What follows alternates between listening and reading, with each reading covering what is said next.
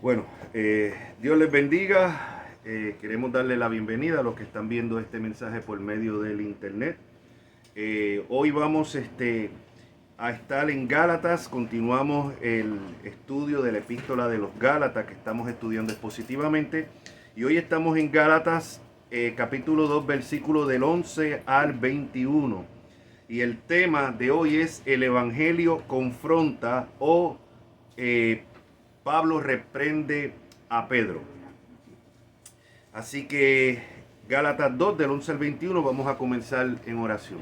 Amantísimo Dios eterno, te damos gracias, Señor, una vez primeramente por la salvación de nuestras almas. Gracias por el enorme privilegio de estar aquí reunidos en tu nombre. Oh Dios, ahora te rogamos, Señor, que nos ministres por medio de tu palabra, Padre Santo, por medio de tu Santo Espíritu, Señor, que obres, Señor, que cambies corazones, que redargullas, Señor, que corrijas, Padre amado. Señor, no solamente a los que estamos aquí, sino a los que están también escuchando por medio del internet, Padre Santo, que todo lo que se hable traiga primeramente gloria a tu nombre y edificación a cada uno de los oyentes. En el nombre de Cristo Jesús, Señor nuestro. Amén. Y seguimos en el estudio de Gálatas y entramos ya en el capítulo 2, como vamos a ver en la reprensión, cuando Pablo reprende a Pedro. Y el título es El Evangelio confronta. Y el versículo 11 comenzamos donde dice: pero cuando Pedro vino a Antioquía, le resistí cara a cara porque era de condenar. Aquí quiero leerles, antes de seguirle entrando, el comentario que tengo aquí. Hoy estoy utilizando la Biblia de Estudios Teológicos. Y dice: Pablo había expresado que él no trataba de agradar a las personas. Eso lo vimos en el capítulo 1, versículo 10, donde Pablo dice: pues busco ahora el favor de los hombres o el de Dios, o trato de agradar a los hombres, pues si todavía agradara a los hombres, no sería siervo de Cristo. Y ese es el problema que tenemos hoy en muchas congregaciones y en muchos púlpitos y muchos llamados pastores y predicadores, que prefieren agradar a los hombres y por eso no predican el evangelio, por eso no denuncian el pecado, por eso no hablan de arrepentimiento, por eso no llaman pecado lo que es pecado, pecado. ¿Por qué? Pues porque quieren agradar a los hombres. Entonces no son siervos de Dios, no son siervos de Dios. El siervo de Dios no está para agradar, no es que uno esté para ofender a los hombres intencionalmente, o sea, que uno diga palabras ya que sean ofensivas o que la intención de uno sea ofender o molestar, pero a la misma vez el verdadero evangelio confronta, el verdadero evangelio expone el pecado y muchas personas se van a molestar.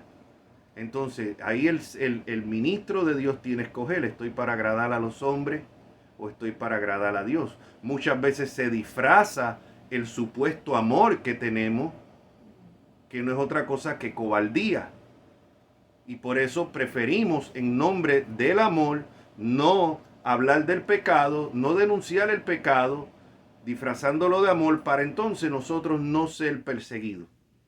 Y eso lo vemos hoy en muchas de estas congregaciones que han apostatado, o sea, congregaciones que ahora están, ya no llaman la homosexualidad pecado, que ahora están casando personas del mismo sexo, que están ordenando personas al ministerio, y los que no han llegado tan lejos, pero te dicen: bueno, no somos quien para condenar, no somos quien para condenar, solamente Dios juzga. Bueno, sí, solamente Dios juzga, pero tenemos la palabra, y la palabra dice que los que practican tales cosas no heredarán el reino de Dios. Entonces el siervo de Dios tiene que exponer la palabra de Dios, y a veces nos va a meter en problemas. O sea, yo mismo he vivido eso en carne propia. O sea, el predicar la palabra de Dios muchas veces va a ofender, se van a molestar. La palabra de Dios hace dos cosas: o ablanda, redarguye, corrige o endurece.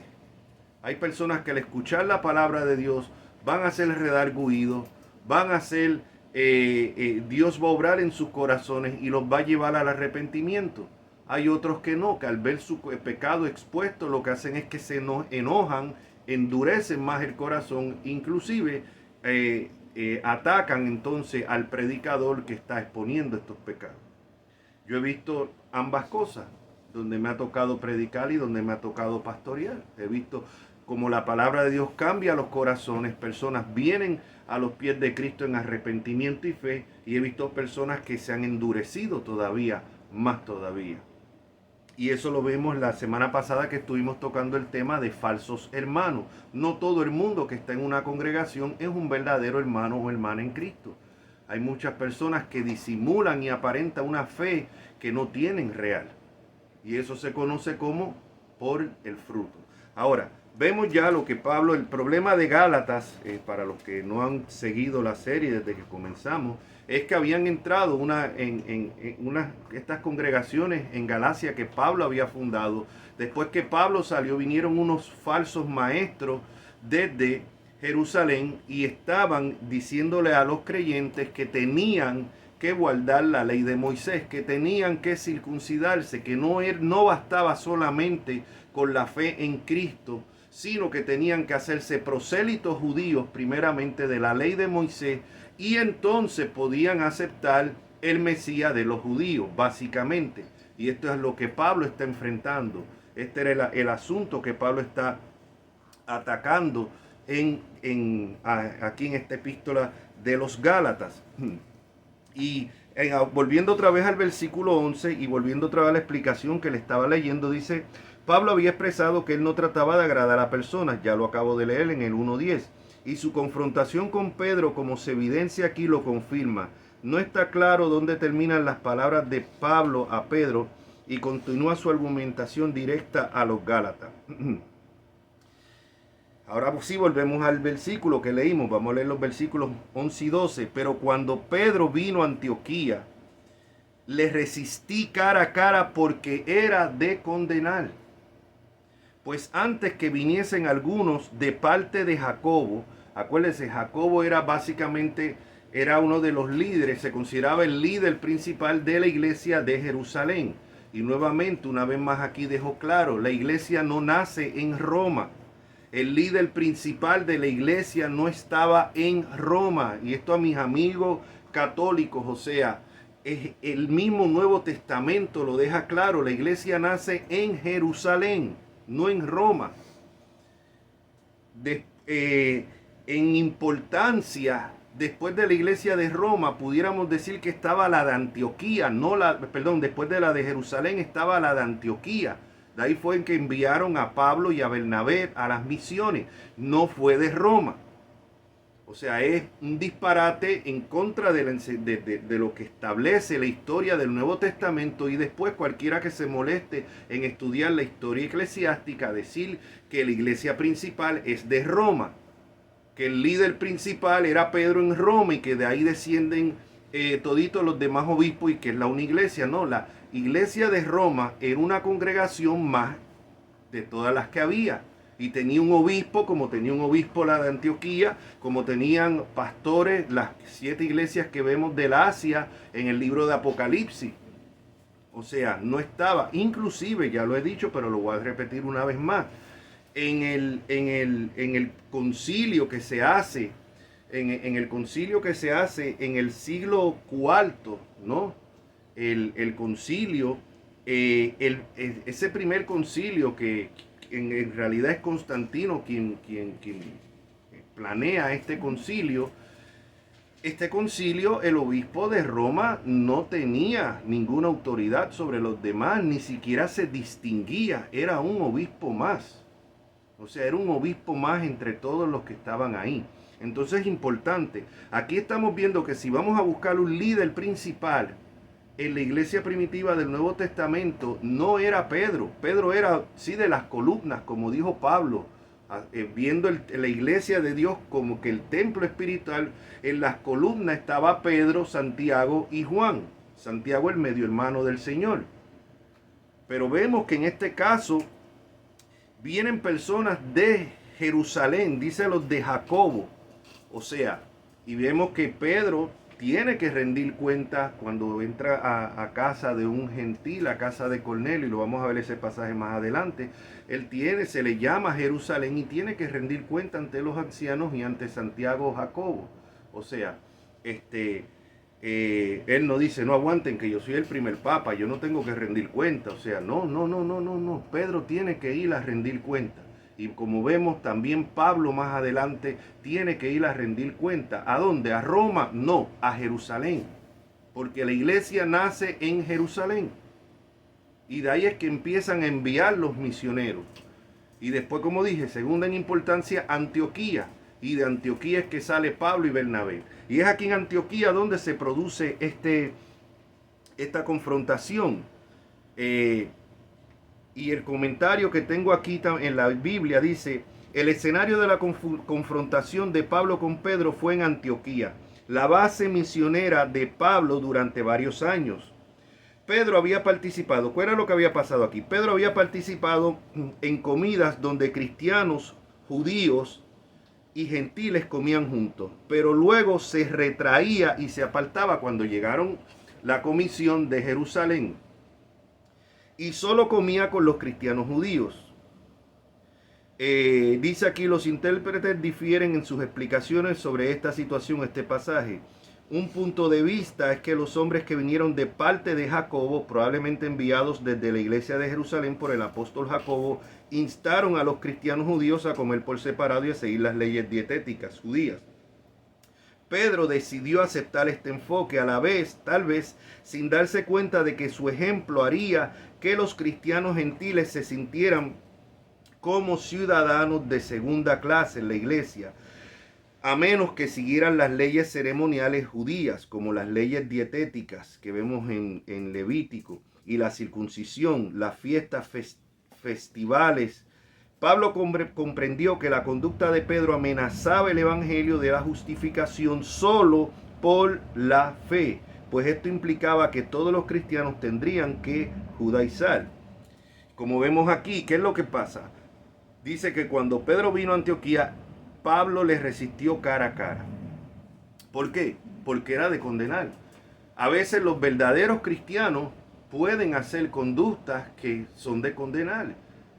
Y los líderes. Y entonces a veces este miedo que hay, que se impone en muchas congregaciones, no se puede criticar, no se puede decir nada, no se puede juzgar la enseñanza que está trayendo un líder, porque lo que te dicen es: cuidado con el ungido de Dios, no toques al ungido de Dios. Imagínate que Pablo hubiese tenido esa misma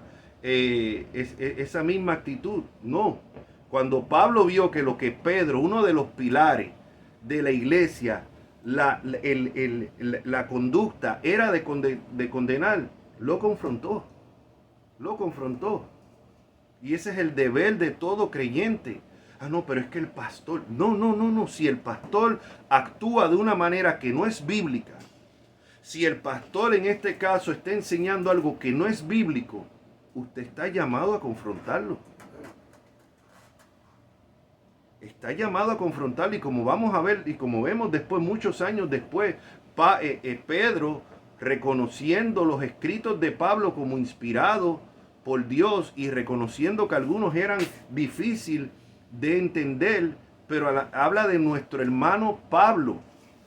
No se ve que Pedro guardó rencor, como este atrevido que empezó el otro día se atreve a venir a mí, que caminé con el mismo Señor Jesucristo, se atreve a reprenderme. No, esa no fue la actitud de Pedro.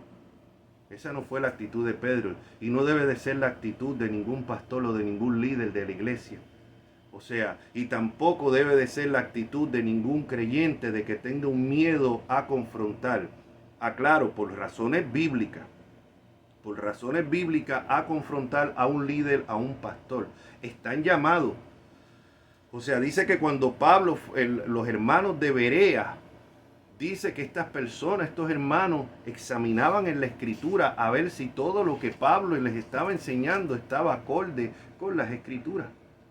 Y ese es el deber.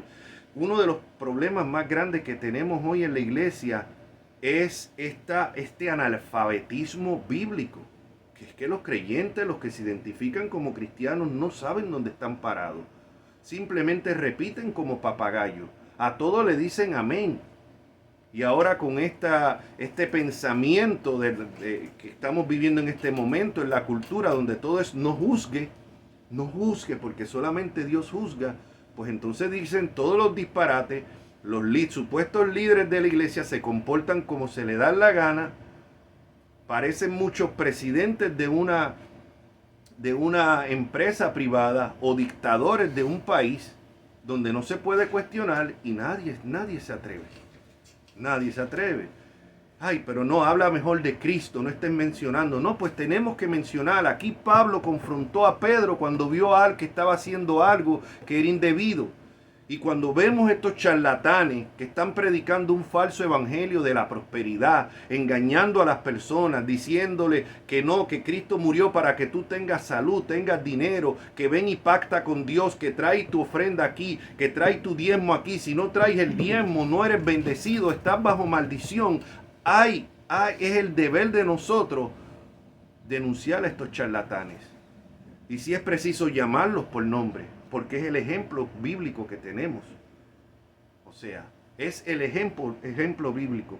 Ahora, como dice aquí, que él comía con los gentiles, Pedro comía con los gentiles, significa no comer según las restricciones dietéticas judías. Los de la circuncisión abogaban por seguir las ceremonias de la ley, del pacto mosaico. Al menos respecto a la circuncisión, la comida, los días especiales y todo esto.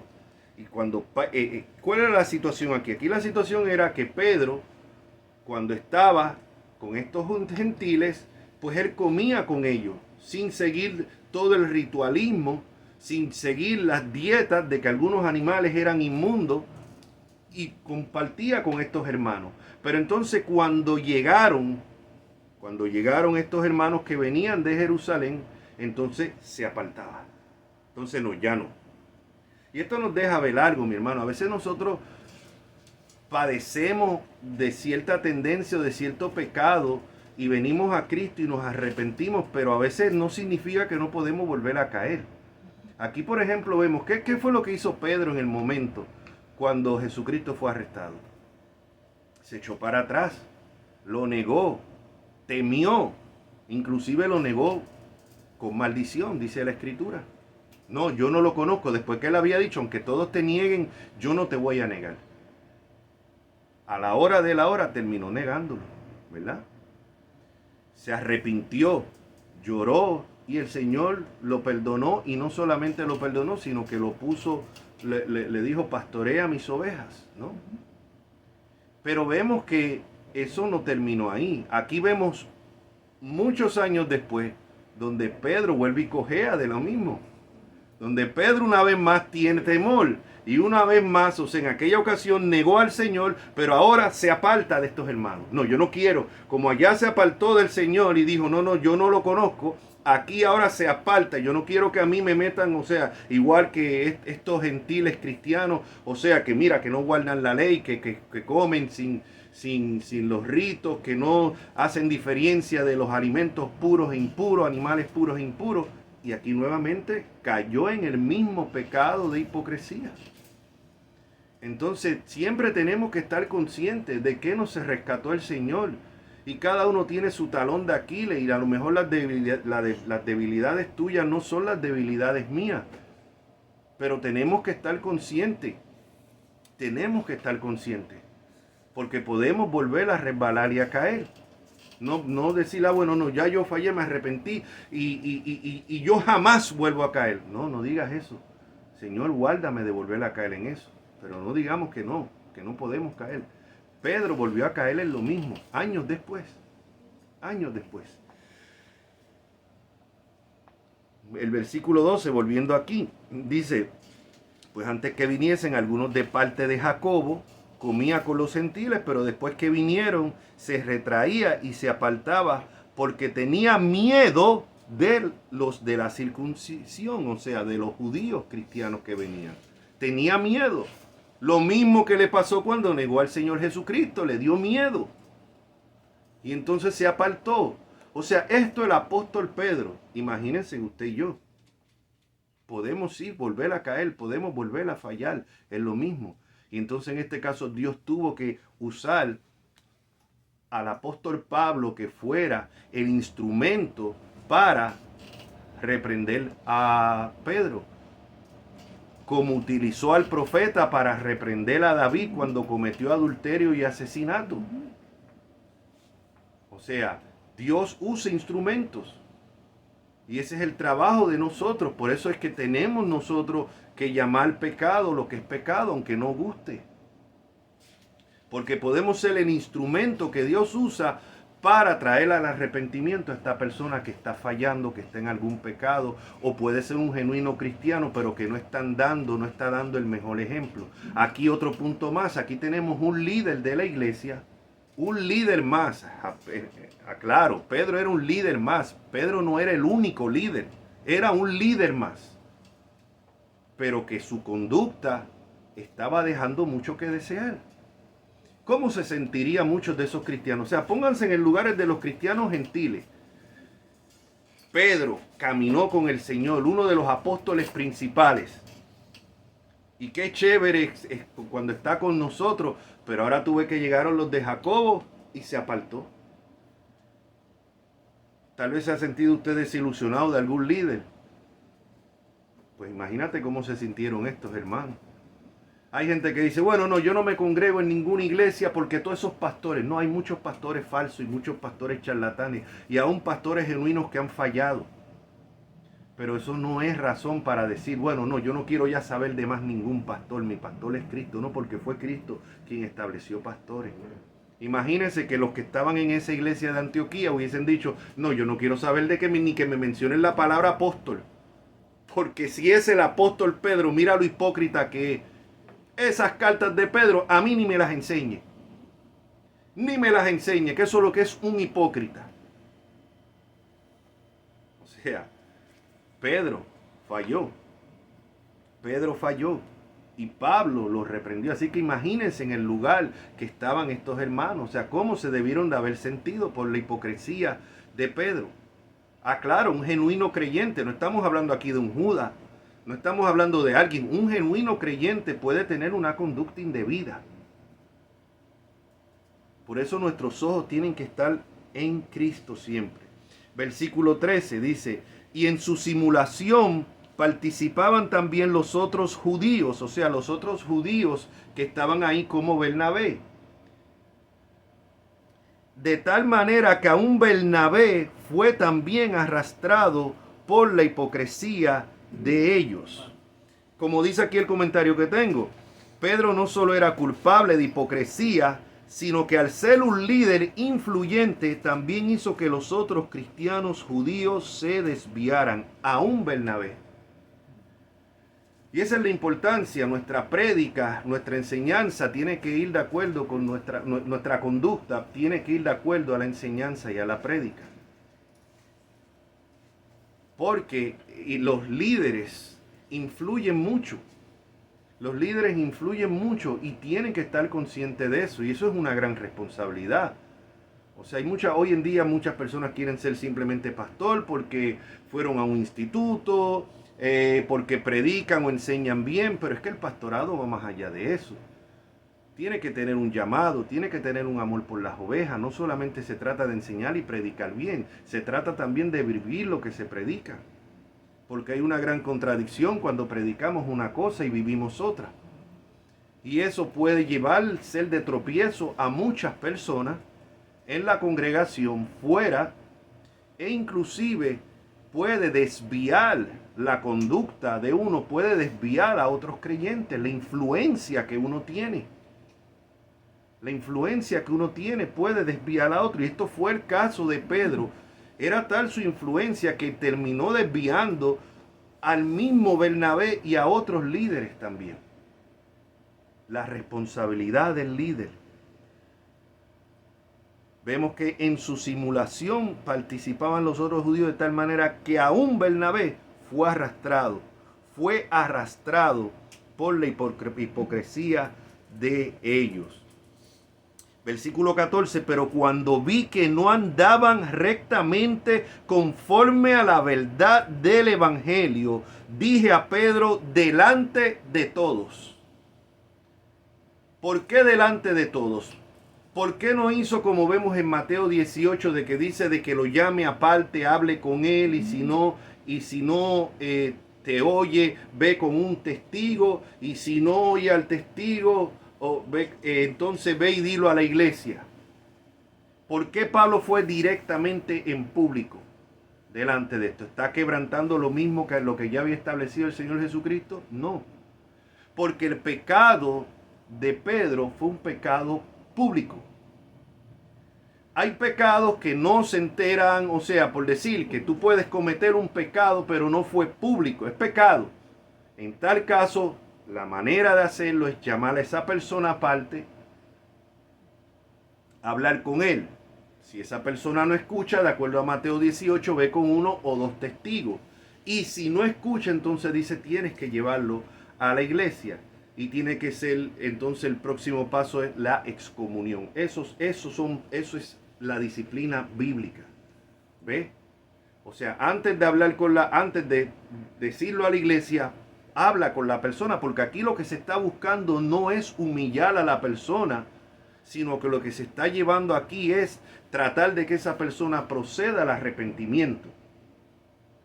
La disciplina de la iglesia es para que la persona que ha pecado vuelva al arrepentimiento. Y como explica el mismo Pablo en otra parte de la escritura, dice, cuando tú lo estés corrigiendo, oye, tente tú mismo en cuenta. O sea, no es que lo mires como que tú eres superior. No vaya a ser que tú mismo caigas en ese pecado. Creerse uno que está por encima, no. Nosotros tenemos que corregir las demás personas como personas débiles que somos, que tal vez no cogíamos de ese pecado, pero de otros sí, y a la misma vez con amor. El trabajo de nosotros es corregir a esa persona para que esa persona proceda al arrepentimiento. No con un espíritu de superioridad. No es mirando a nadie, porque aquí somos todos mendigos que hemos encontrado alimento y le decimos a otros mendigos dónde encontrarlo. La misericordia que Dios ha tenido con nosotros, mostrársela a los demás. Pero eso no significa de que no corrijamos. Entonces, ¿qué es lo que estamos viendo aquí? Aquí lo que estamos viendo es que cuando él vio que no andaba correctamente, el pecado de Pedro fue público. Por eso Pablo lo llamó públicamente. Ahora mismo, si un pastor públicamente está enseñando algo, una falsa enseñanza, uno tiene que públicamente denunciarlo. No en secreto, públicamente, porque ese pecado, esa falsa enseñanza pública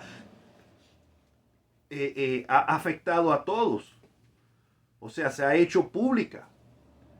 Si un pastor está teniendo ahora mismo una conducta, pastor o quien sea en la iglesia, abierta, donde ha afectado personas, que lo vemos todo el tiempo. O sea, que si el pastor se fue con la del coro, que era esposa del diácono, o sea, este tipo de cosas, esto hay que reprenderlo automáticamente y descalificarlo, y ya, en este caso ya queda descalificado, sacarlo del ministerio.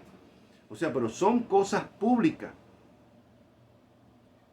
Pablo lo reprendió públicamente, dice, al frente de todos. Dice el comentario que tengo aquí.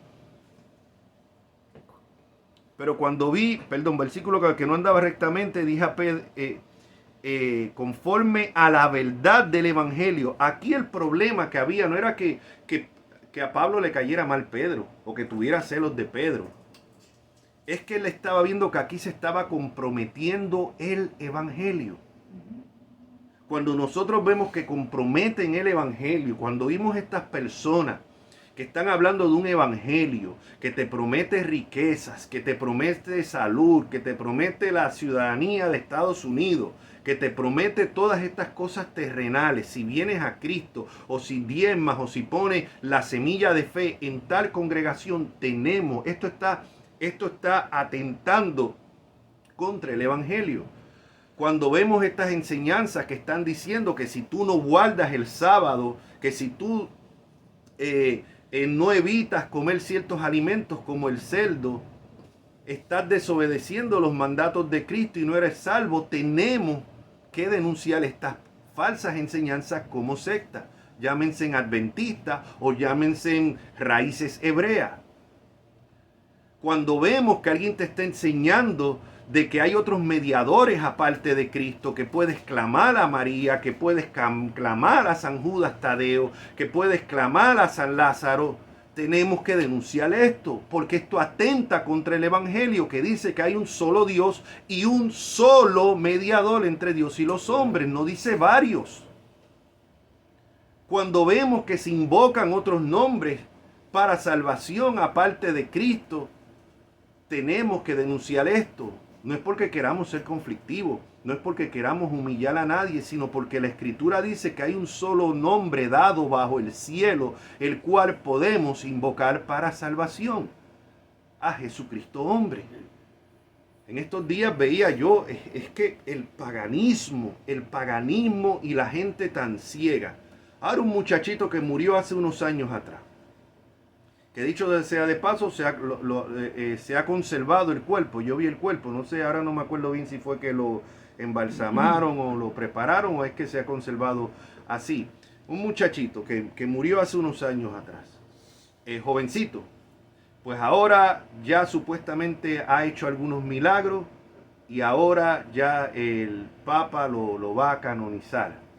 Ahora va a ser, lo van a nombrar santo. Veía yo en un video cómo se destapaba una estatua de ese muchacho, prácticamente un niño, murió muy joven, murió creo que de una enfermedad, muy joven, jovencito. Y ya la gente, el cura y la gente alabando y llorando y mirando. Y yo, Dios mío, cuánta ignorancia, cuánto paganismo. Esto no tiene que ver nada con cristianismo. Y tenemos nosotros que denunciar esto. Es que la tiene con los católicos. No, porque cuando veo iglesias evangélicas brincando, saltando, tumbando silla y diciendo que eso es el poder del Espíritu Santo, tengo que denunciarlo también.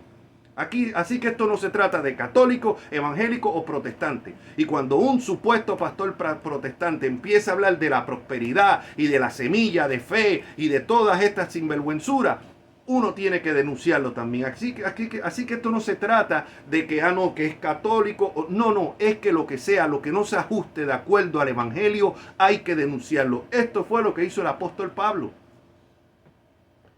Él no dijo, no, es que como Pedro estaba antes que yo, no, es que como Pedro es un líder de la iglesia, no, ¿quién soy yo para corregirlo? No. Porque la conducta de Pedro estaba afectando el corazón del evangelio. Porque lo que estaba diciendo era prácticamente que estaba malo reunirse con los gentiles porque estos no estaban guardando la ley de Moisés. Y se apartó de ellos. Mire, vengan conmigo un momentito a Hechos para que vean. Porque hay que ver que también los judíos, o sea, los judíos tenían un problema y muchos siguen teniendo, ¿sabes? Y es que ellos se creían de cierta manera superior.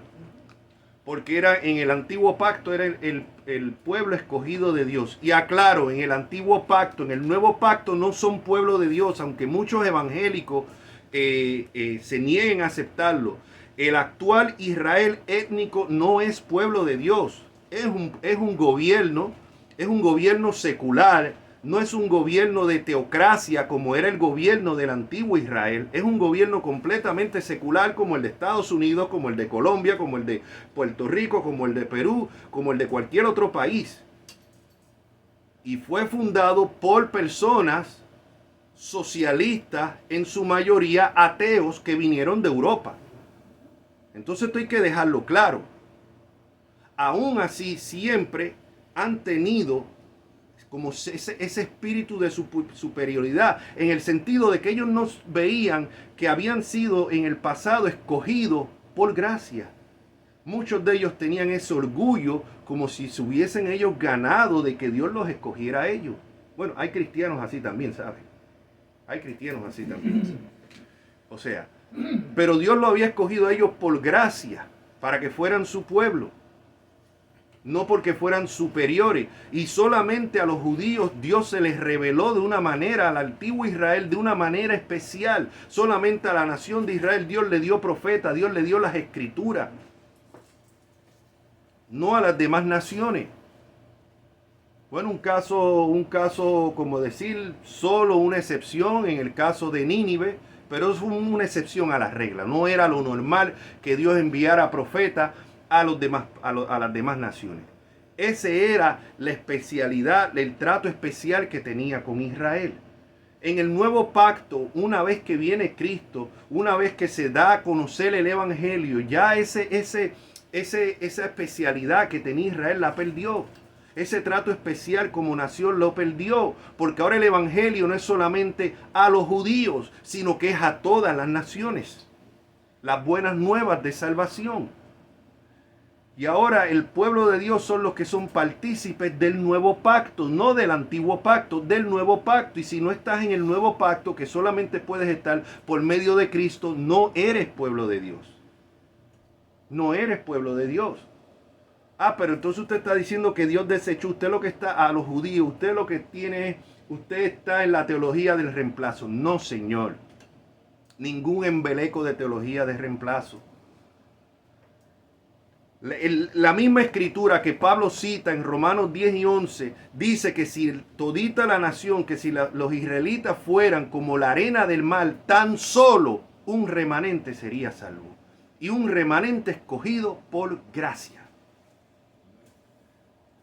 Y en el nuevo pacto, ese remanente, por eso es que Pablo dice, Dios no ha desechado a su pueblo, y se pone el mismo como ejemplo de un israelita que había creído el evangelio y era parte de la iglesia. Pablo no está hablando de un plan para Israel separado de la iglesia, no. Dios no los ha desechado completo porque tiene un remanente que desde los tiempos de Pablo sigue viniendo, convirtiéndose, aunque sean una minoría, hasta el retorno de Jesucristo. Ahora, a lo que vengan conmigo a Hechos, sí, que lo que quería enseñarles aquí para que vean el concepto que tenían entonces al principio los judíos, cuando los que reconocen, acuérdense, la iglesia nace en Jerusalén por judíos, y cuando reconocen a Jesucristo, ellos creen que ese es el Mesías solo para los judíos. Ellos como que no ven los gentiles incluidos ahí. Ese es el problema que tiene la iglesia al principio, y es lo que vemos en el libro de los Hechos. Pero venga conmigo a Hechos 10, versículo 24. Este Cornelio era un temeroso de Dios. No era un hombre convertido al judaísmo. Ya yo les he explicado que en el libro de los Hechos vamos a ver tres grupos. La iglesia primitiva primeramente se compone de los judíos de sangre que reciben a Cristo. Pero también habían dos grupos más que eran los prosélitos, que eran aquellos que habían abrazado el judaísmo, se habían circuncidado siendo gentiles, guardaban las dietas, celebraban los días de fiesta de los judíos. Esos son los prosélitos. Pero había otro grupo también que se llaman los temerosos de Dios, que no habían llegado al nivel de circuncidarse, pero sí leían, estudiaban las escrituras y tenían temor del Dios de los judíos, del Dios de Israel. En esa categoría es que cae Cornelio. Y fíjate que el Señor le tiene que enviar una visión primero a Pedro, donde le muestra animales inmundos que iban en contra de la dieta judía, y le dice: Pedro, mata y come. Pedro mata y come. Pedro dice: no, ninguna cosa inmunda ha entrado a mi boca. Y el Señor le tiene que corregir: no te atrevas a llamar inmundo lo que yo he santificado. Y esto era para dar a entender a los gentiles, porque los judíos, en ese orgullo que tenían, veían por encima del hombro a los demás, a los gentiles. Y para que vea, y aún el mismo Pedro no estaba ajeno a esto. Y ese es el contexto en el versículo, capítulo 10 de Hechos, versículo 24. Dice: al otro día entraron en Cesarea, y Cornelio, que estaba esperando, habiendo convocado a sus parientes y amigos más íntimos, cuando Pedro entró, salió Cornelio a recibirle, y postrándose a sus pies adoró. Mas Pedro le levantó diciendo: levántate, pues yo mismo también soy hombre. Esto no es lo que hace el Papa. Esto no es, me perdonan nuevamente mis amigos católicos, pero esto no es lo que hace el Papa. El Papa, cuando se arrodilla y le besa la mano, él acepta eso. Pedro, supuestamente el primer Papa, no aceptó eso. Levántate porque soy un hombre igual que tú. Es más, cuando el apóstol Juan en el libro de Apocalipsis cae a los pies de un ángel, que uno puede decir, wow, pero ¿qué le pasó ahí a Juan? Como un hombre con el conocimiento que tenía se atreve a postrarse frente a un ángel. Es que hay que imaginarse la gloria, tal vez el resplandor de ese ángel, que a lo mejor hubiésemos hecho nosotros lo mismo. O sea, cuando vio eso cayó de rodillas. Y el ángel le dijo, levántate, porque yo soy un siervo igual que tú. Es que al único que se le dobla rodillas a Cristo, no es a María ni a ningún santo, es a Cristo, ni a ningún líder. Y antes que algún amigo católico me diga, sí, los que idolatran, los que se postran ante los pastores, pues están igual de mal también. Igual de mal están también. Ahora, Pedro le dice, oye, levántate muchacho, que yo soy un hombre igual que tú. Y hablando con él entró y halló a muchos que se habían reunido. Les dijo, vosotros sabéis, y es a lo que lo quiero llevar, para que vea la mentalidad judía, aún de los primeros cristianos judíos. Miren, y les dijo, vosotros sabéis cuán abominable es para un varón judío juntarse o acercarse a un extranjero. Esa era la mentalidad. Tenemos que entender esa mentalidad de esos primeros judíos cristianos para entender lo que está pasando aquí en Gálatas ahora, que cuando vinieron los de Jerusalén, Pedro se apartó, porque los que venían de Jerusalén encontraban eso abominable, aunque fueran cristianos. Lo encontraban abominable que se juntaran con los judíos, con los gentiles, y comieran las mismas comidas que ellos sin guardar los rituales. Y dice, ¿saben lo que es para un varón judío juntarse o acercarse? Cuán abominable. Pero a mí me ha mostrado Dios que a ningún hombre llame común o inmundo, por lo cual al ser llamado vine sin replicar. Así que Pedro estaba consciente, por eso era que Pedro estaba comiendo con estos hermanos, primero porque él estaba consciente de que estos hermanos no tenían por qué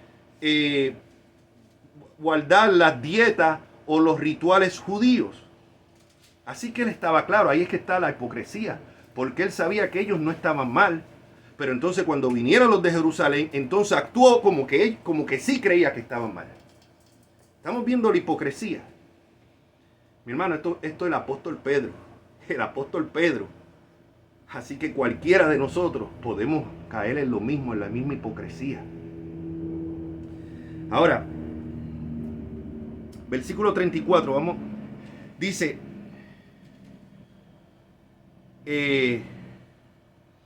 entonces Pedro abriendo la boca dijo, en verdad comprendo que Dios no hace acepción de personas, sino que en toda nación, porque es que los judíos, y aquí tenemos que entender lo que dice cuando dice que Dios no hace acepción de personas. Hay gente que dice, no, yo no creo en eso de la predestinación o la elección, porque mira, ahí dice que Dios no hace acepción de personas, y si Dios escoge a uno y a otro no está haciendo acepción de personas. No, eso no es lo que se refiere la Biblia cuando dice que Dios no hace acepción de personas. Los judíos creían que Dios hacía acepción de personas porque ellos creían que solamente Dios estaba por los judíos y que desechaba automáticamente a los gentiles y los que no eran judíos. Entonces Dios le tuvo que enseñar por medio de esa visión, que es lo que dice aquí, sino que Dios no hace acepción de personas. Entonces, ¿qué se refiere cuando dice que Dios no hace acepción de personas? Que Dios no hace distinción entre judío, entre gentil, entre pobre, entre rico, entre negro, entre blanco, entre amarillo, entre rojo, entre enfermo, entre sano, entre bien parecido o feo. Dios no hace acepción de personas, porque de todos estos grupos Dios está llamando personas al arrepentimiento y ha escogido personas para formar el cuerpo de Cristo, la iglesia del Dios viviente. De todas estas, eso significa no hacer acepción de personas.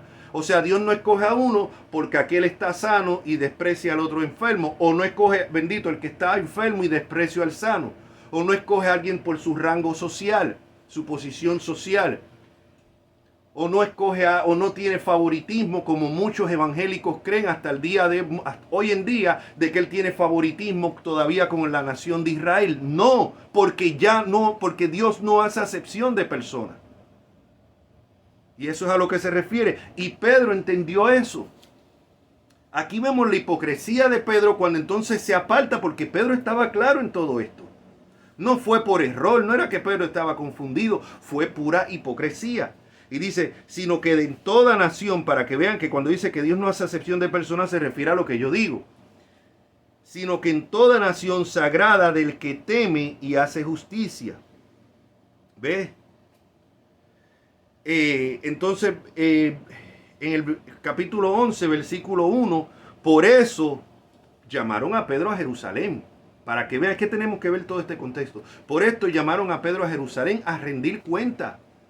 Para que vean que Pedro no era el líder máximo de la iglesia. No, Pedro tuvo que ir a Jerusalén a rendir cuentas. Capítulo 11, versículo 1. Oyeron los apóstoles y los hermanos que estaban en Judea que también los gentiles habían recibido la palabra de Dios. Y cuando Pedro subió a Jerusalén, disputaban con él los que eran de la circuncisión, o sea, los judíos, diciendo, ¿por qué has entrado en casa de hombres incircuncisos y has comido con ellos? Y aquí, bueno, aquí no vamos a entrar, pero si usted se lee el capítulo 11, Pedro empieza a dar la explicación. Dos cosas, podemos aquí ver varias cosas. Primero, Pedro no era la autoridad máxima de la iglesia. No era la autoridad máxima. Pedro tuvo que ir a rendir cuenta y se le cuestionó su conducta. ¿Por qué? Porque para los judíos, aún para los judíos cristianos en esa etapa de la iglesia naciente, ellos no veían bien que los gentiles simplemente por medio de la fe recibían a Cristo y eran parte del mismo cuerpo que eran ellos. No, ellos creían que se tenían que judaizar, o sea que tenían que aceptar la religión judía. Todo este es el contexto. Y Pedro aquí se defiende en el capítulo 11, de hecho, lo cual hace peor su hipocresía porque no fue por confusión. Él estaba claro. Él estaba claro que no hay que guardar ciertos alimentos, que no hay que hacer ciertos rituales. Y esto es algo que hoy los judaizantes modernos y los adventistas del séptimo día insisten en que no puedes comer ciertas comidas. Bueno, no comas ciertas comidas si te afectan en la salud, pero no por motivos religiosos. O que tienes que guardar el sábado. Si no guardas el sábado, entonces no eres un verdadero cristiano, no eres verdaderamente salvo. Es que es lo mismo, es la misma falsas enseñanzas que se siguen reciclando y reciclando. O sea, ahora sí, volvemos entonces, ese es el contexto. Volvemos otra vez entonces al versículo 14, que dice el versículo 14, pero cuando vi que no andaban rectamente conforme a la verdad del evangelio, dije a Pedro delante de todos, si tú siendo judío vives como los gentiles y no como judío, ¿por qué obligas a los gentiles a judaizar? Eso le caería hoy a esos de raíces hebreas, a los judaizantes modernos. Es que Gálatas los acaba. Dice aquí en el versículo, el comentario que tengo, los obligas a judaizar. Pedro era culpable de hipocresía, pues aunque había vivido felizmente como un gentil, es decir, sin observar las leyes dietéticas, ahora exigía a los cristianos gentiles que cumpliesen los reglamentos de la mesa judía, si querían comer con él, si no, se apartaba. Sin embargo, tal requisito socavaba el evangelio mismo porque hacía que la justificación dependiera de las obras de la ley en lugar de la fe en Cristo. Hoy en día muchos dirían, ay, por favor, pero dame Cristo, no me des teología, yo no quiero doctrina. Para Pablo era importante la doctrina al nivel que confrontó a Pedro. Sí es importante la doctrina. Sin doctrina no tienes salvación, porque decir que Jesucristo murió por los pecados y que es el único camino a la salvación, que murió por los pecados y resucitó al tercer día, eso es doctrina. Eso es doctrina. Así que es un disparate los que dicen, no, dame a Cristo sin doctrina. No, es que si no tienes doctrina, no tienes a Cristo. O sea, es que la salvación, la enseñanza de la salvación, el evangelio es una doctrina. Ahora, seguimos, dice, que los reprendió delante de todo. Pablo lo confrontó públicamente porque el pecado de Pedro era un pecado público, lo que les expliqué, que daba un mal ejemplo para la iglesia. Comparado con el procedimiento diferente ordenado por Jesús con respecto a un pecado privado contra una persona individual que se espera poder corregir privadamente, que fue lo que ya yo les expliqué.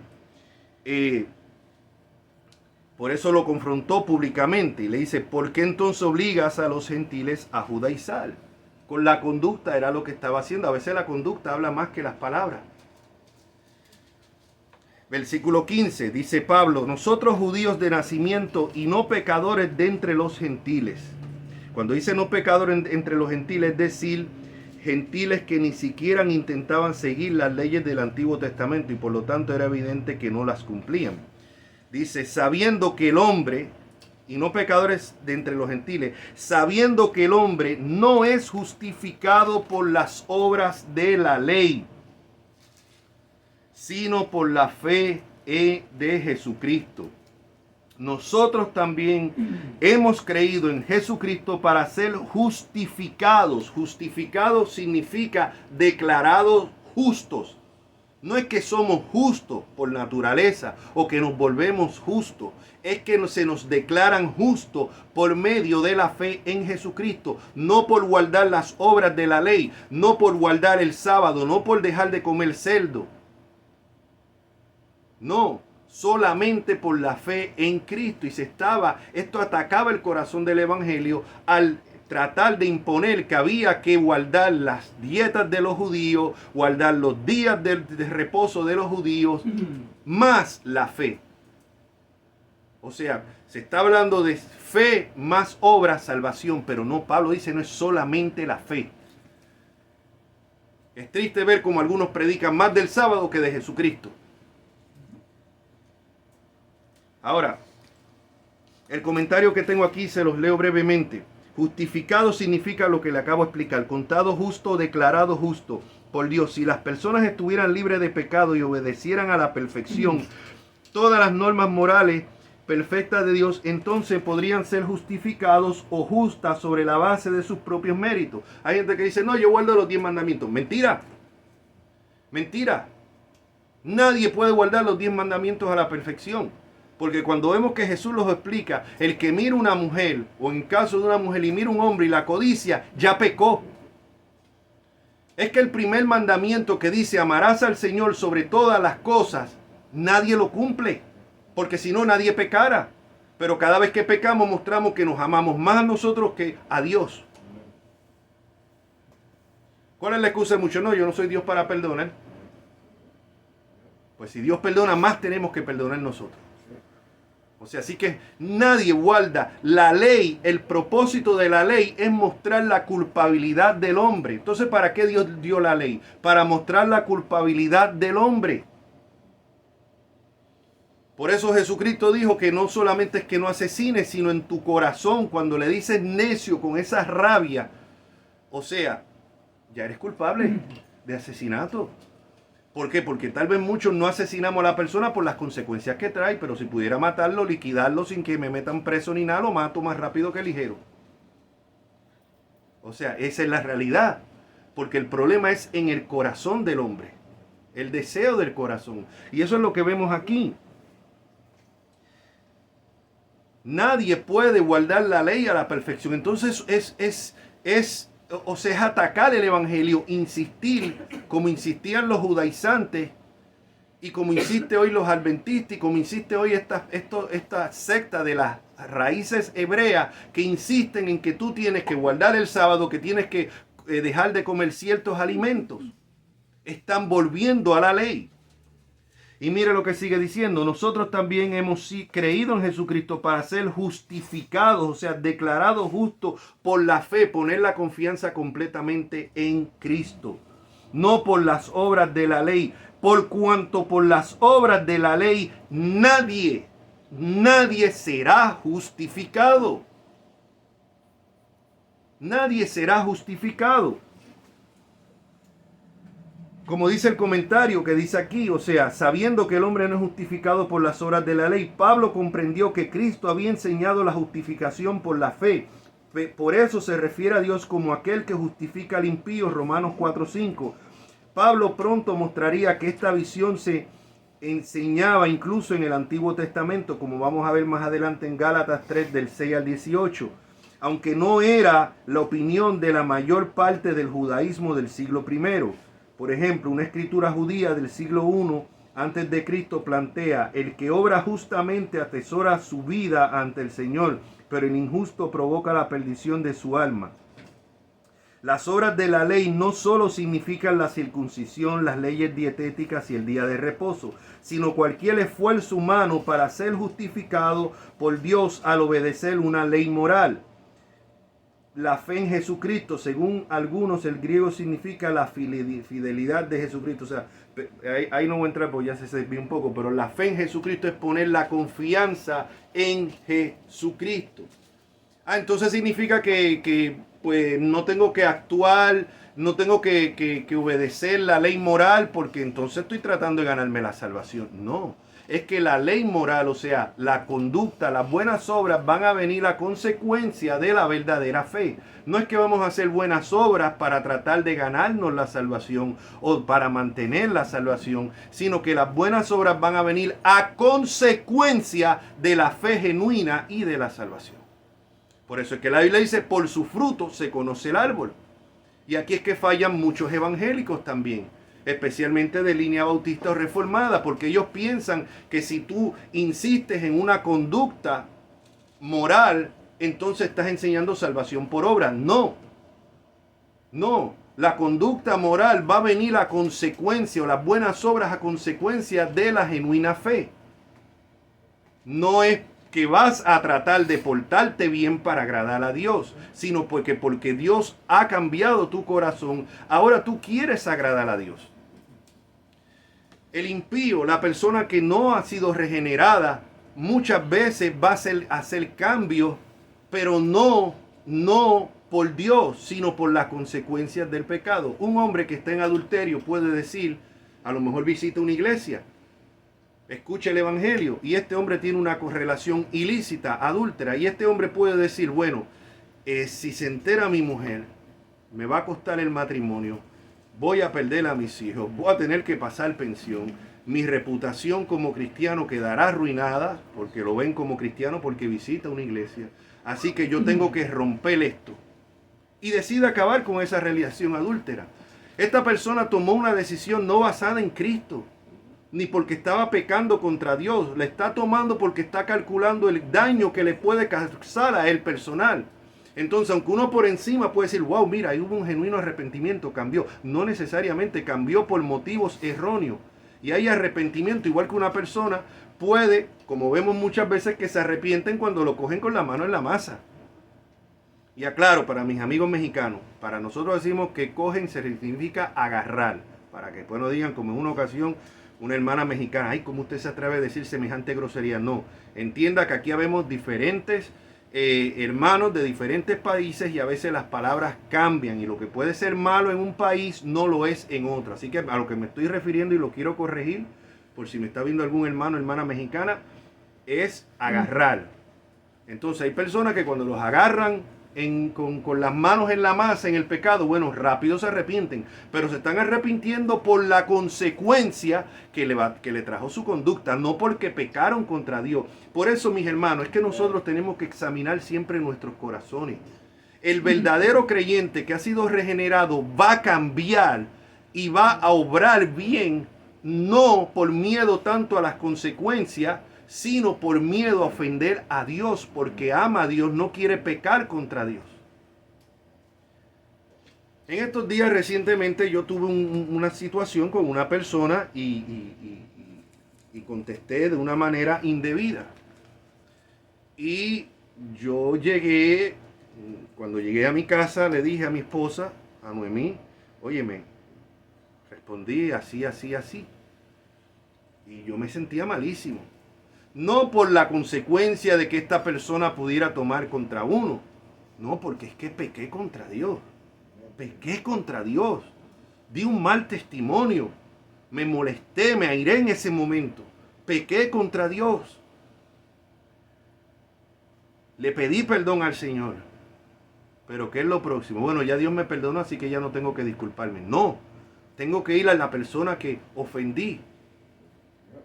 Y tuve que ir y estaba con esa batalla de que sí, que no. Pero es que entonces se va a creer que él tenía razón. Entonces me va a coger de mango bajito a mí. Sí, porque es que así la carne empieza a batallar. Hasta que finalmente fui donde la persona, así parecía prácticamente un robot, como forzado, porque no quería ir, en mi carne no quería ir. Y le dije, mira, mano, a lo del otro día, discúlpame. No está bien, no está bien. Mi comportamiento estuvo fuera de lugar. Pienso que todavía que lo que dije tenía razón, pero no fue la forma. No fue la forma. Y me dijo, no está bien. Y yo le dije, es serio, de verdad, o sea, estoy serio. O sea, ¿y qué les digo? Les pongo este ejemplo no ahora aquí para decir, miren como lo bien que soy, lo bueno que soy. No soy bueno. No soy bueno. Y pongo este ejemplo para que vea que a veces la gente piensa que los predicadores, los pastores están por encima de los demás. Yo siempre lo he dicho, los predicadores y los pastores no estamos por encima de los demás y nos cuesta el mismo trabajo aplicarnos lo que predicamos. Y eso fue lo primero que pensé yo, tú que predicas de esto y mira cómo actuaste. ¿Ves? Entonces, ¿por qué? Lo que me movió a mí fue que pequé, el dolor que yo sentí es que pequé contra Dios. Sí pequé contra la persona, pero primeramente pequé contra Dios. Y el verdadero creyente tiene que ver, no es que va a hacer las cosas para ganarse la salvación, sino porque es salvo, no va a pensar en, bueno, no lo hago porque me puede pasar esto. No, es que no lo hago porque no voy a ofender a Dios, porque no quiero ofender a Dios. Me voy a disculpar o voy a hacer las paces con esta persona, no porque esta persona se lo merece. No, sino porque lo voy a hacer por Dios. Por Dios, el motivo del verdadero creyente tiene que ser Dios. Y por eso es que Jesucristo dice, por su fruto se conoce el árbol. Y Santiago dice que la fe sin obra es muerta. No está hablando de que es fe más obra salvación, sino que la verdadera fe va a producir obras. Y por eso es que el apóstol Pablo dice que tenemos que autoexaminarnos a ver si estamos verdaderamente en la fe. No es lo que digamos con nuestros labios, es lo que hace nuestra conducta. En este caso, la conducta de Pedro habló más que lo que él había dicho con sus labios, porque en su conducta mostró hipocresía. Y eso mismo arrastró a otros hermanos con él. Cuidemos siempre nuestra conducta, porque nuestra conducta puede arrastrar a otras personas, no solamente en la iglesia, en nuestros trabajos, en nuestra familia. La conducta y el ejemplo de nosotros puede desviar a otros. Ya acabando,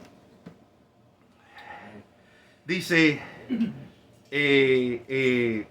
estaba si le está leyendo aquí el comentario, donde dice, nosotros también hemos creído en Jesucristo para ser justificados por la fe. Implica que la justificación es el resultado de la fe salvadora. El contraste al expresar y no por las obras de la ley indica claramente que ningún esfuerzo o mérito humano puede añadirse a la fe como base para la justificación. Durante la Reforma, este versículo, frecuentemente citado por protestantes que insistían en la justificación solo por la fe, en oposición a la doctrina católica romana de la justificación por la fe más el mérito ganado a través de los medios de gracia administrados mediante los sacramentos católicos romanos como la penitencia y la misa. Pablo afirma categóricamente: por las obras de la ley nadie, absolutamente nadie, será justificado. Versículo 17, y si buscando ser justificados, o sea, declarados justos en Cristo, también nosotros somos hallados pecadores. ¿Es por eso Cristo ministro de pecado? Explica aquí el comentario. Pablo acaba, cuando dice hallados pecadores, acaba de referirse cómo los gentiles eran conocidos entre los judíos como pecadores. Cuando los cristianos judíos se asociaban con ellos, corrían el riesgo de que los judíos tradicionalistas los acusaran de convertirse en pecadores. Pablo aquí rechaza con firmeza cualquier acusación de este tipo. Versículo 19. Porque yo por la ley soy muerto para la ley a fin de vivir para Dios. Pablo no está hablando de la experiencia consciente de estar insatisfecho con la ley, sino de cómo quedó atrapado sin darse cuenta en el plan de Dios en el que la ley dictó la sentencia de muerte contra su viejo modo de vida. Pablo había muerto a la ley, lo que probablemente significa que ya no vivía tratando de obtener la justificación mediante la obediencia de la ley y que por tanto la ley no podía exigirle nada. El trabajo de la ley es mostrarnos nuestra situación pecaminosa y la impotencia, la imposibilidad de podernos salvarnos guardando la ley, porque nadie puede guardar la ley a la perfección. Ahí es que viene la fe en Jesucristo. Versículo 20, con Cristo estoy justamente crucificado y ya no vivo yo, mas vive Cristo en mí. Y lo que ahora vivo en la carne, lo vivo en la fe del Hijo de Dios, el cual me amó y se entregó a sí mismo por mí. Así que, como dice, estoy crucificado, o sea, como dice, con Cristo estoy justamente crucificado. Pablo se veía como crucificado en la cruz, igual que Cristo sea. Y dice, ya no vivo yo. El verdadero cristiano ya no está para vivir de acuerdo a sus deseos. No significa que quedó sin personalidad. Eso no es lo que está diciendo aquí, que Pablo se volvió un robot sin personalidad. No, Pablo seguía teniendo su personalidad, pero ahora su motivo era vivir para Cristo. Y esa es la batalla que vamos a tener todos los cristianos. Lo hacía a la perfección, ¿no? Si él mismo en Romanos 7 dice, porque el mal que no quiero hacer, eso hago, y el bien que quiero hacer, no lo hago. Esa es la batalla de todo cristiano. Pero ¿por qué está esa batalla? Porque queremos vivir para Cristo ahora, ya no vivir para nosotros, ya no vivir para nuestros deseos, complacer nuestros deseos por encima de todo, sino vivir para Cristo.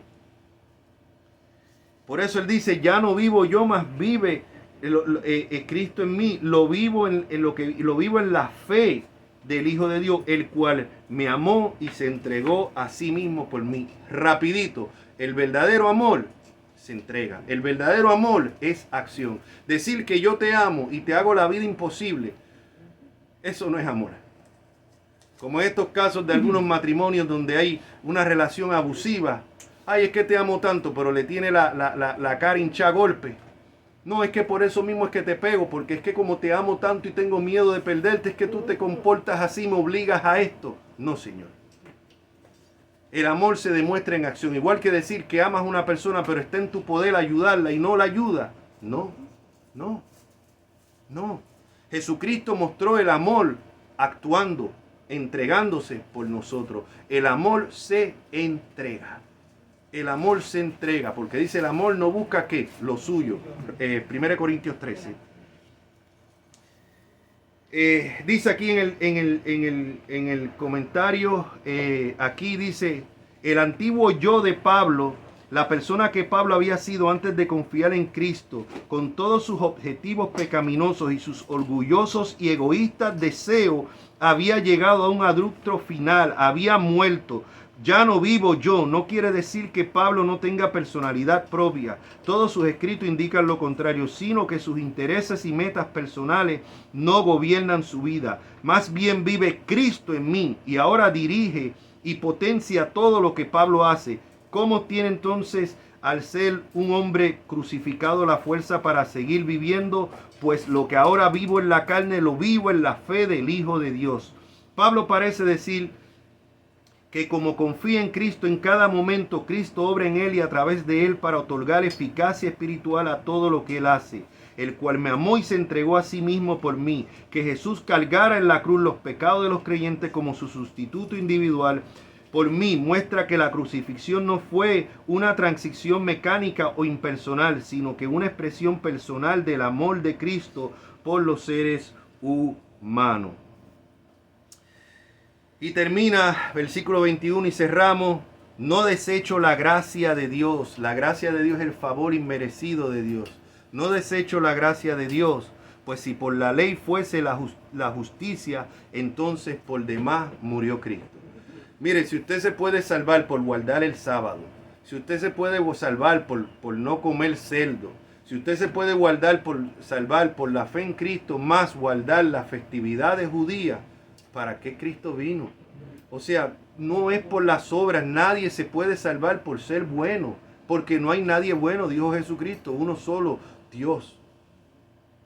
Entonces, como dice, no desecho la gracia de Dios, tratar de volver otra vez, tratar de justificarse, guardando las obras de la ley, es desechar el favor inmerecido de Dios, la gracia de Dios. Es decir, no, yo me puedo ganar la salvación.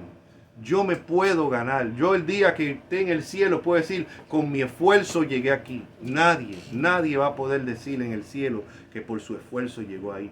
Todos los que lleguen ahí van a ser solamente por la gracia de Dios, el favor inmerecido de Dios. Por eso es que el trabajo de la ley es confrontar el pecado. La ley nos dice somos culpables, nadie la puede guardar a la perfección. Ahí es que vienen las buenas nuevas del Evangelio. Y esa es mi exhortación a los que nos están viendo por medio de este video. Examinémonos. ¿En qué está descansando? ¿En qué basas tú tu salvación? ¿En la religión tradicional? ¿En que siempre has sido, en este caso, tal vez católico romano y serás católico romano hasta la muerte y tú piensas que eso es lo que te va a salvar? Puedes brincar y volverte protestante. Te digo que tampoco te va a salvar.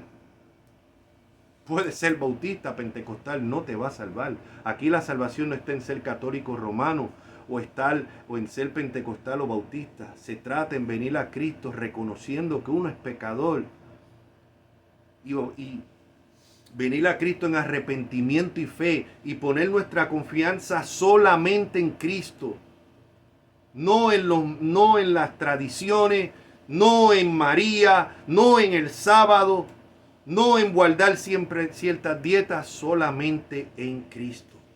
Solamente en Cristo. Y esta es la invitación que yo les hago, que vengan a Cristo, aún evangélicos, que tal vez llevan años en la iglesia, se han bautizado, a lo mejor están hasta sirviendo en la iglesia, pero ¿en qué estás poniendo tú tu confianza? En que porque eres líder, en que porque eres pastor, en que porque enseña a los niños, en porque maneja el vano, la guagua de la iglesia, en porque eres diácono.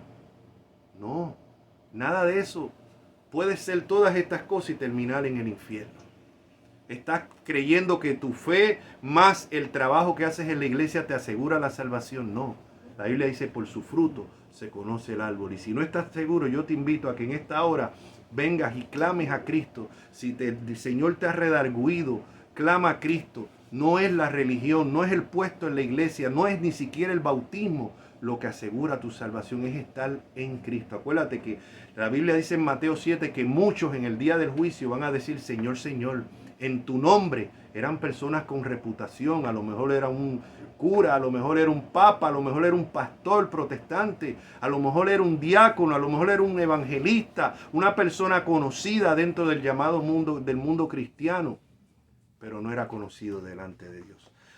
Ahora es el momento de venir a Cristo en arrepentimiento y fe. No es repetir una oración como el papagayo, es en tus palabras decir, Cristo, sálvame, regenera mi corazón. Si yo no soy salvo, sálvame, estoy dispuesto a hacer lo que sea.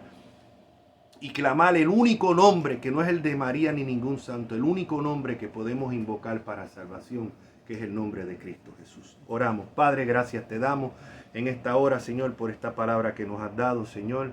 Oh Dios mío, tu palabra ha sido predicada, la semilla ha sido regada. Ahora, Señor, que sea tu Santo Espíritu quien dé el crecimiento. Que no seamos oidores olvidadizos de esta palabra, sino hacedores de la misma, Señor.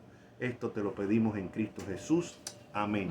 Pueden dejar sus comentarios, sus preguntas en la parte de comentarios. Pueden suscribirse a este canal y así automáticamente les llegan. Pueden poner un me gusta, que eso ayuda a que más personas noten y puedan ver estos mensajes, o pueden compartirlo. Así que la paz de Cristo sea con todos. Será hasta la próxima. Dios les bendiga.